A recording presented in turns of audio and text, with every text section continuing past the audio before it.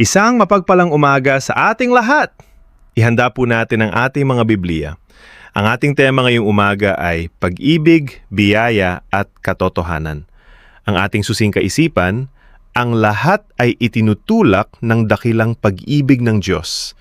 Ngunit ang pag-ibig at biyaya ay hindi lisensya sa kasalanan sapagkat naroon ang katotohanan na magtutuwid. Mga kapatid, ang lahat ay nagsimula sa pag-ibig.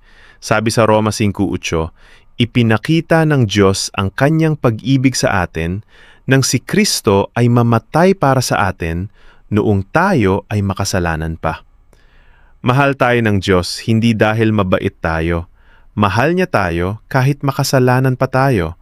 At dahil dito, maraming nalilito. Ang sabi ng iba, kung mahal ako ng Diyos at may biyaya naman, okay lang na magpatuloy sa kasalanan. Patatawarin pa rin naman ako. Ano ang sagot ng Biblia? Hindi.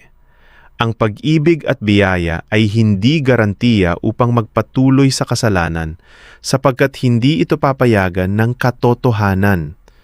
Ano ba talaga ang kasalanan?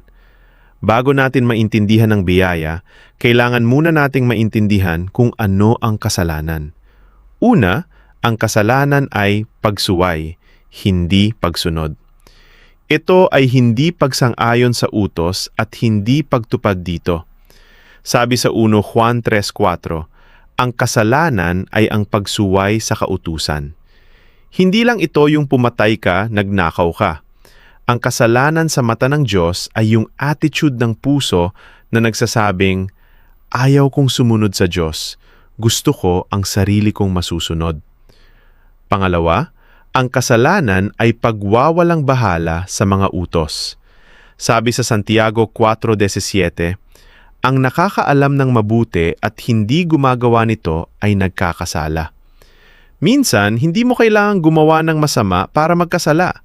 Sapat ng alam mo ang tama at hindi mo ginagawa. Kaya mga kapatid, ang kasalanan ay hindi lang gawa.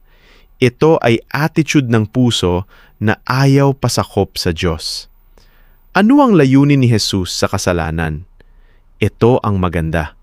Ang layunin ni Jesus ay hindi lamang upang pagtakpan ang kasalanan, hindi lang niya tinakpan, kundi tinapos niya. Hindi siya tagapagtakip lang, kundi tagapag-alis. Tingnan ninyo ang sinasabi ng ating teksto. Una, nag-aalis ng kasalanan ng sanlibutan. Juan 1:29. Narito ang kordero ng Diyos na nag-aalis ng kasalanan ng sanlibutan. Gusto ko ang salitang ginamit, nag-aalis. Hindi nagtatakip. Ang dugo ni Jesus ay hindi parang carpet na tinatabunan lang ang dumi para hindi makita. Ang dugo ni Jesus ay parang walis na tuluyang nag-aalis ng dumi. Tinatanggal niya mismo ang kasalanan. Dalawa, sumira sa gawa ng dyablo. 1 Juan 3:8. Napakita ang anak ng Diyos upang wasakin ang mga gawa ng dyablo. Hindi dumating si Jesus para ayusin lang ang tanikala. Dumating siya para wasakin ang tanikala. Ang layunin niya ay palayain tayo, hindi para manatili tayo sa tanikala ng kasalanan. Ang balanse, pag-ibig, biyaya, at katotohanan. Dito tayo pumapasok sa Juan 1:17 at Juan 8:32. Paano ba ito nababalance? Una, pag-ibig. Ito ang dahilan kung bakit tayo iniligtas. Mahal tayo kahit makasalanan. Ito ang motibo ng Diyos. Kung walang pag-ibig, walang kaligtasan. Dalawa, biyaya. Ito ang paraan kung paano tayo naligtas. Hindi natin ito kayang bayaran. Regalo ito. Sabi sa Efeso 2:8, naligtas tayo dahil sa biyaya sa pamamagitan ng pananampalataya. Tatlo, katotohanan. Ito ang gabay kung paano tayo mamumuhay matapos maligtas. Ito ang madalas nakakalimutan. Sabi sa Juan 8:32, makikilala ninyo ang katotohanan at ang katotohanan ang magpapalaya sa inyo. At sabi sa Roma 6:1 at 2, Magpapatuloy ba tayo sa pagkakasala upang sumagana ang biyaya? Hinding-hindi. Patay na tayo sa kasalanan. Paano pa tayo mamumuhay dito? Pakinggan ninyo ito. Ang pag-ibig ang yumakap sa atin noong makasalanan pa tayo. Ang biyaya ang naghugas sa atin. Ang katotohanan ang hindi papayag na bumalik tayo sa putikan. Ang tunay na biyaya ay hindi nagsasabing, okay lang magkasala. Ang tunay na biyaya ay nagtuturo sa atin na tumalikod sa kasalanan. Pangwakas at hamon. Kaya ano ang conclusion natin?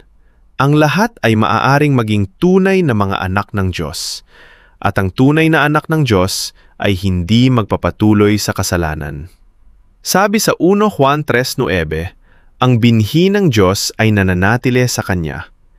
Hindi tayo iniligtas ng biyaya para manatiling suwil. Iniligtas tayo ng pag-ibig para lumakad sa katotohanan. Kaya ang panawagan ko sa oras na ito, mamuhay tayo bilang tunay na anak, umiibig, nabubuhay sa biyaya, at lumalakad sa katotohanan. Huwag nating abusuhin ang pag-ibig ng Diyos. Sa halip, hayaan nating ang katotohanan ang magpalaya at magbago sa atin araw-araw.